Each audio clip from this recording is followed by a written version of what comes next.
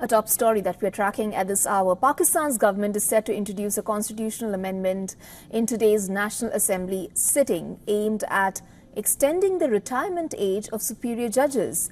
The proposed amendment seeks to extend the tenure of the Chief Justice of Pakistan, Qazi Faiz Issa, as he faces retirement on October 25th. If passed, it would not only extend Justice Issa's tenure, but also reshape the judiciary structure for years to come.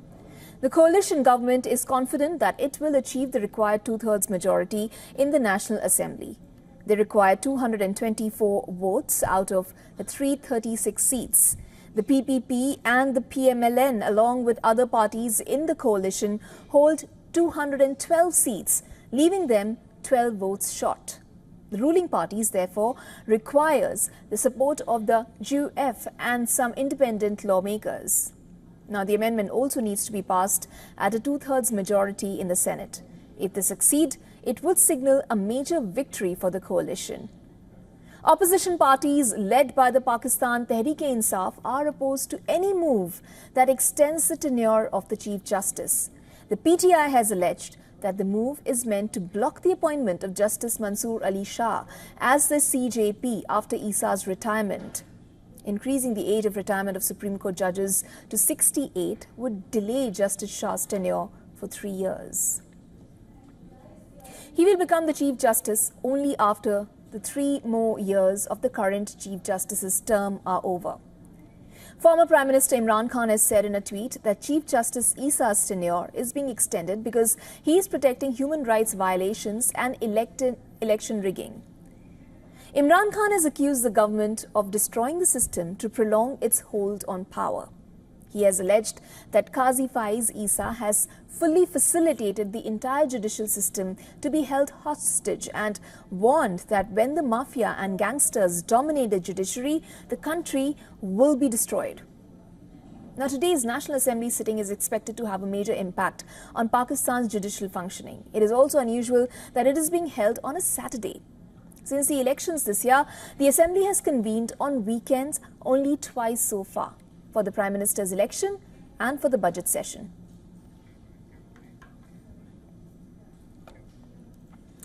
Our Pakistan Bureau Chief Anas Malik now joins us live from Islamabad. Anas, I'm told that you are right outside the Parliament right now. Tell me what's the latest that you can get, and of course the timing of this particular, meeting that is being held is also very peculiar. Get me your perspective on this entire situation.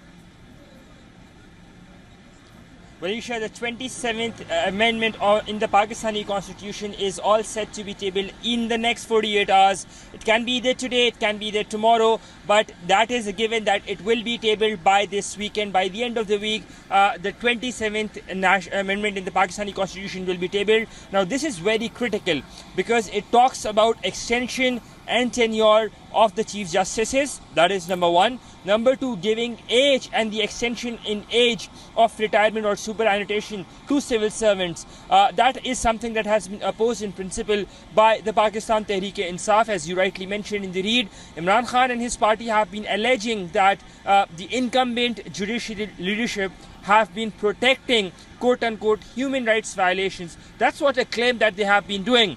On the part of him, the Chief Justice of Pakistan, Qazi Faiz Issa, has said that he's not interested in seeking an extension or a person-specific legislation or a person-specific extension.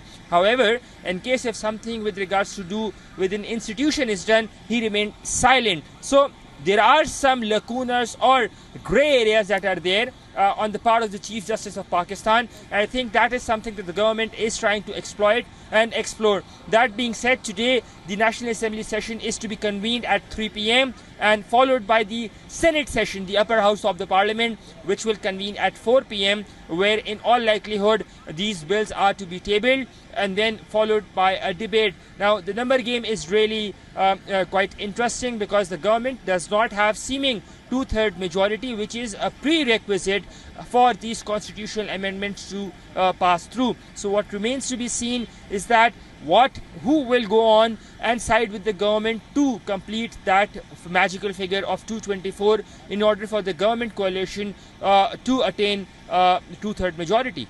Isha? What is the likelihood of this figure being reached? Well, the likelihood is there. Remember, the government only moves for a constitutional amendment irrespective of whosoever is in power when they have the numbers. So right now the government coalition stands at about 212 parliamentarians from the government coalition, whereas 101 are from the opposition. Currently the JUIS, the Jamiatul Ummah Islam Fazlur Rahman group, the JUIF, they are 8 members, and there are reports and rather increased speculations that they might just switch sides and side with the government on this particular issue. Even then, in that case, the government would need another 2 MPs or MNAs with their support, and there have been reports that at least 4 to 5 independent MNAs have been missing. So in all likelihood, this looks like an achievable figure, but a highly controversial legislation it would be, because it comes just on the cusp of the retirement, weeks before the retirement of the incumbent Chief Justice, someone who has been the subject of a lot of criticism. Right. We also mentioned about the timing of this amendment being done. Also, Anas, very quickly, if you could tell us, what does this mean for Imran Khan and its party? Well, that's the million-dollar question. Imran Khan and his party have been saying that there is this unholy alliance between the government and the judiciary. They've been alleging that or implying that, and essentially, in case if this manages to go through, then prima facie or seemingly the troubles of Imran Khan and his party would not seem to be ending, because there seems to be this sort of a collusion where measures of relief for the PTI members or cases of interest with regards to the PTI members, they have not been seemingly being taken up for X or Y reasons. Of course, it's judicial prerogative, so it would not be easy going forward for Imran Khan and his party men in case if this legislation sees the light of the day. Okay, thank you so much, Anas, for joining us with those updates. For all the latest news, download the WION app and subscribe to our YouTube channel.